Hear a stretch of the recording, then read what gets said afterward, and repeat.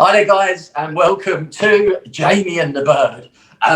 Proper excited for this one. We've been discussing it before we came on camera. And yeah, there's some quite controversial bits we can add. So, isn't there, Jay? Yes, there is. This could be the one that finally sinks our embryonics channel ever.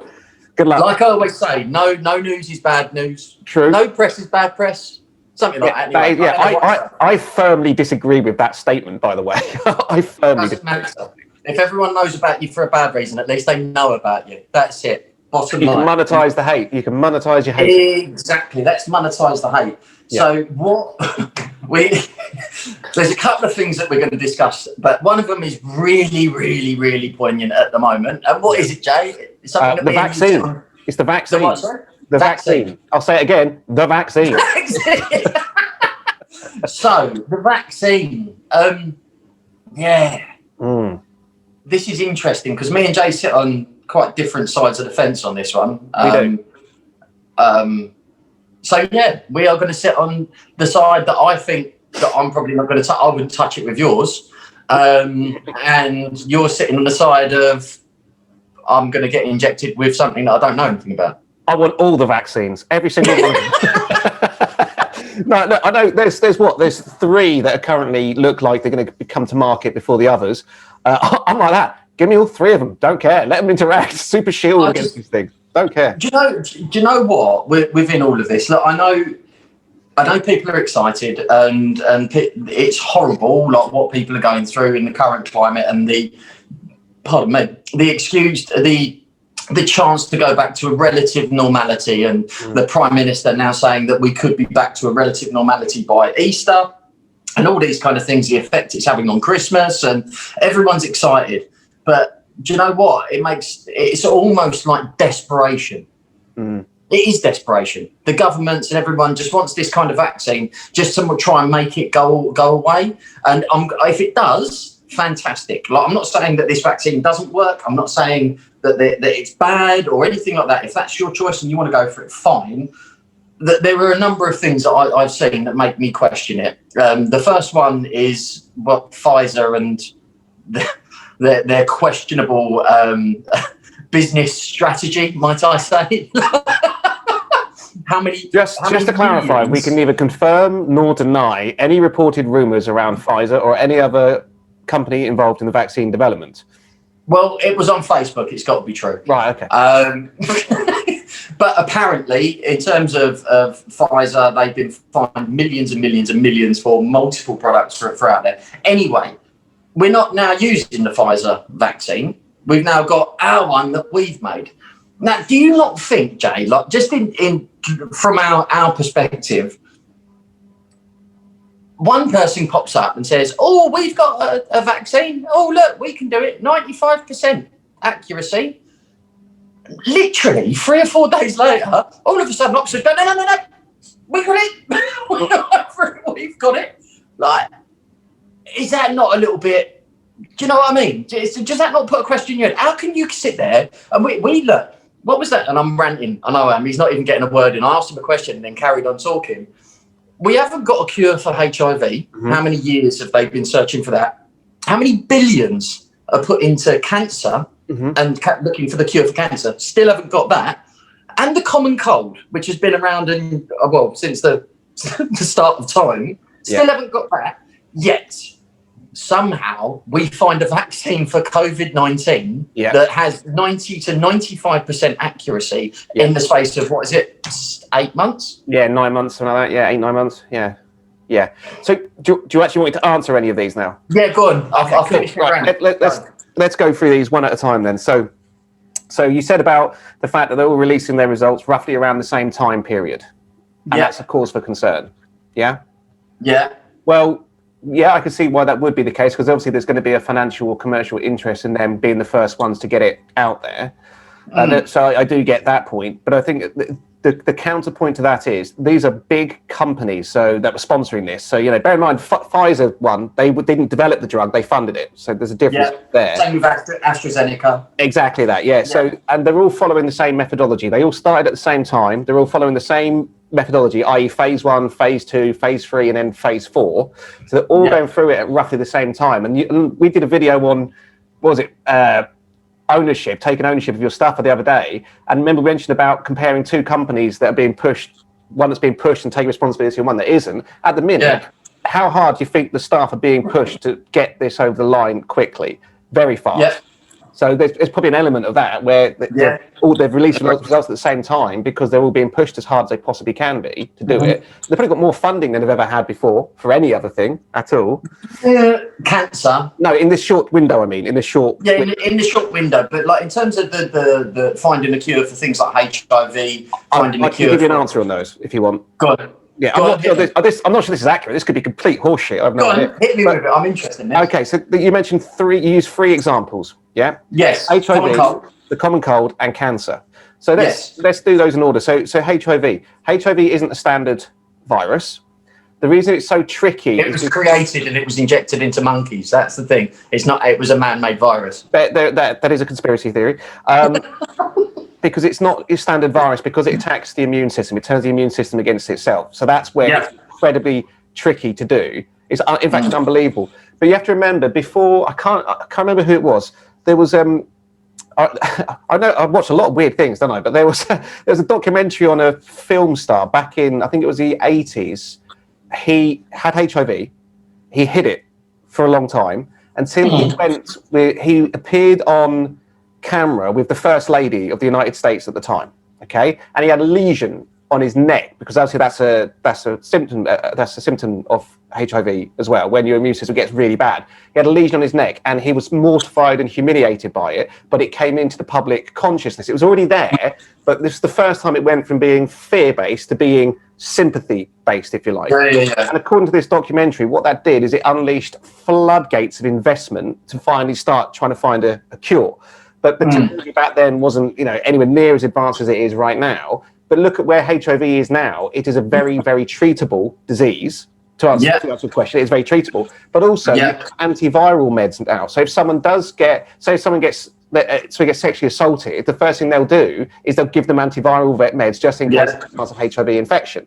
You've got something called the PrEP pill as well, which stops people from getting HIV, or very nearly stops people from getting. It's like got. Can I ask a question? Yeah. Have you got the HIV? Because you know quite a lot about it. I know a lot about a lot of things, and no, I'm just very pale. I'm just really pale. Are you hiding lesions somewhere? Is this like... Or is it? No. It's weird. It's one of those things I know quite a lot about. It's very odd. Isn't that how rumours get started now? So, there was one time in the shower. That's it. I think because it's like you. It's always been in my head. Why is it a virus that we could never get a handle on? But now we do. We actually do the antiviral stuff. We've got really good defense mechanisms against that. So that's because the technology took a long time to catch up, and it was a very, very difficult virus. Very difficult. Cancer is not a virus. No, it's not a virus. But in terms of finding cures for it and things like that, but that's a different. That wasn't your argument. Your argument was about a vaccine to prevent infection or to prevent the symptoms killing people. That's probably easier to do with a virus than something like cancer. Cancer is a very, very different kettle of fish entirely. We know it's a mutation. It's where the cells rapidly multiply and it causes... Okay, so hit me with the common cold argument then. Apparently the common cold isn't one virus. It mutates constantly. So if you have a cold, say, now, and then you get another cold in, say, 2 months, it's not going to be the same virus. It's a different virus. Right, it's the same type of virus, but it's a different strain. Yeah, but it's similar to influenza and absolutely stuff like right. That. Yes, absolutely right. But that's why the influenza vaccine is actually relatively effective. I think it's around about 60% or something like that in terms of preventative. But they have to change it every single year. They have to change it every single year. And even then, they're kind of guessing because the strains can go out of date quite quickly. But with COVID-19, that's the 19 is the key bit. It's one strain of one virus. COVID-19. Yeah, but it's not. The thing is, though, is throughout the whole pandemic, is the virus has mutated something. And last time I heard it, has mutated something like 4 or 6 times. No, I don't know how true that is. I don't know how true that is. It went from the animal-based virus, and then it went through, and then they ended up with a number of different strains of it. And what they were saying when they were working out the cures, this was back in like April or something like that, is there have been a number of different mutations within that, and they don't know with COVID whether or not it would actually, whether it's still going to mutate, and whether or not how effective these vaccines are. So with influenza, you have to get You have to renew it every year, so on and so forth. Is it going to be every 2 years? I can guarantee you something. The drug companies are going to make you take it every year. Even if it will cover you for 5, that you are going to be having this vaccine every year. Yeah. But okay, fair cop. So you've given some decent arguments on that. Understand it. I still find it. I'm extremely sceptical that the speed at which these guys have pulled this out. My next thing with the vaccine is, this is being put through the safety tests for these things, which they have to go through. So that's gone, I think, with the AstraZeneca Oxford one, that's gone through 20,000 people so far and been tested on 20,000 people, which had 60 to 95% success rate. They had more of a success rate giving smaller doses to and people, then the larger doses. Yeah. Smaller doses were 60%, larger doses were 90, 95. No. Now, so it was, if they give you half dose. If they give you 2 full doses, it was 60 to 70% effective. If they give you a small dose and then a few weeks later a large dose, it was 90% effective. Right. But that's weird. They don't really know why that's happening, so they're still looking into that. But either way, that's one thing. Mate, the thing is, even before this started, though, a 70% success rate would have been would have been dreamworthy. 100%. Look, I agree wholeheartedly. The fact that this has come about and there's potential to save people and to stop get back to normality, and so forth, it's just, I am too sceptical to sit there and think, like when I was saying, like, but they go, we're looking at a vaccine in 6 months. Guys, I know you're probably wondering why you're seeing our ugly mugs in the middle of your video. One simple reason: we need subscribers. If you like what you're watching, you need to subscribe. Jamie, what do they need to do? You need to subscribe. There's a number of reasons for this. First of all, we need money. We've said this already. Secondly, it will stop Andy texting, WhatsApping, and just calling me all hours of the night stressing about this channel. So please, for the sake of my sanity, subscribe. If you don't subscribe, we won't survive. Remember that. And everyone was saying that, and then weirdly, the vaccines come out in like 8-9 months, not far after that. The next thing that I'll say is, okay, so these things are going through tests. They started immediately. This kicked off. Those drug companies have gone hammer and tongs to try and get this done, get it into human trials, and then it will be fast tracked through safety regs in order to get it pushed out there. So one, we have no idea what they're putting in our bodies at all. They could sit there and tell us that mineral water is going to keep us safe and inject us. It could be acid. You have no idea. But the second thing that I would put into this is the safety aspect of it. Now, what they're saying with this is it's safe. There are very few side effects to taking this thing. You don't know. You don't know what the long-term side effects of this thing actually are. And that's where I also sit with it, up until the point that this has been pushed out and a load of people have taken it, and then I can sit there and I can look and go, all right, but that would take years. That would take years. Exactly. But then because it's not that I'm saying that I'm an anti-vaxxer. I'm not an anti-vaxxer. At the end of the day, if I need to go and have something done, and my son, as I say before, has got a heartbeat condition. Look, if this is going to protect him from it, then I'd put him in there. I don't have to go and take that risk. So therefore, I would sit back. But then if I decide not to take it, you've got people like Kansas over in Australia that are now saying that if you haven't, you'll have like a passport, a medical passport. If you haven't taken the vaccine, you won't be able to travel. So you're being forced to take this vaccine, which I do understand. I do get it, but it's still, it's this element of control. But the 2 points that I was making there, really, or the main point was, you don't know what the future implications of this thing really are. You really don't. And I spoke to you before about the example of thalidomide before, and what the pregnant women were taking and what happened to their children. Now, I'm not saying that's going to happen, but it could. There could be something that happens where a mutation kicks in a year's time, 2 years' time. There could be something where all of a sudden they come out and say there's a link to Alzheimer's and dementia. Your limb could fall off. No one knows. But the thing is, because everyone's panicking, everyone's going to jump on this bloody thing and take it before it's truly been tested. Truly been tested. I'm not going to disagree with anything you just said there at all. I agree with you 100%. Everything you said there was an absolute legitimate concern. Everything you said there was correct as far as I'm aware.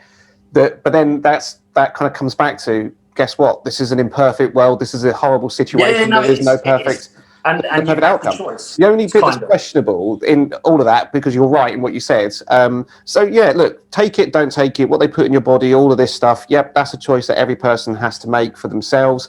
we know the conspiracy theories are going to kick off. We know the Bill Gates conspiracy theory is going to kick off. I mean, You know, they're injecting you with a microchip so Yeah, they can follow yeah, you around. Your microchip is sitting in your bloody that tracking device is the thing that you're holding up to your ear. Yeah, exactly. 24/7. They know exactly what you're doing. When Yeah. you've got an Alexa in your house, they're listening to everything that you've got. That's not a conspiracy theory. Edward Snowden. Go and research Edward Snowden. He will tell you all about it. He will tell you all about it. So you're going to you are going to get pushback, and that is going to be understandable. And I think ultimately everyone's going to have to make their choice on this as whether or not they want to do it. Now, and that's fine. Whether or not you can. This is the point as well, though, is whether or not you can make the choice. Because if the airlines start saying you can't travel, that's what I was going to come on to next. That's what I was going to say. So, yeah, this is the other thing.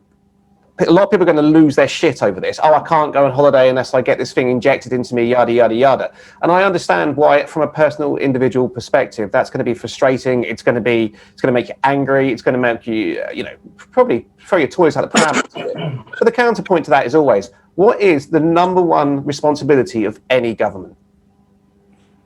To skank as many people on a daily basis and tax them until they can barely afford to live. Well, that's the real number one. What's the spoken? I get your point, and it is to protect the many. It's the greater good. This is the thing that we're talking about. But I understand it, and I understand the argument. I just don't necessarily, from my position, agree with that. From your position, you're going to basically look like a pincushion by the end of this because he's going to have so many needle marks in his arse / his arm. No, more needle marks. Not in between his toes.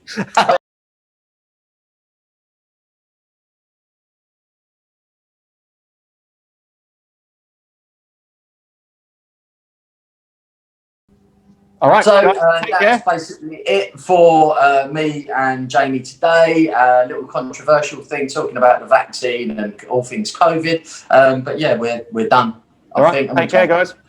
Big up your chest.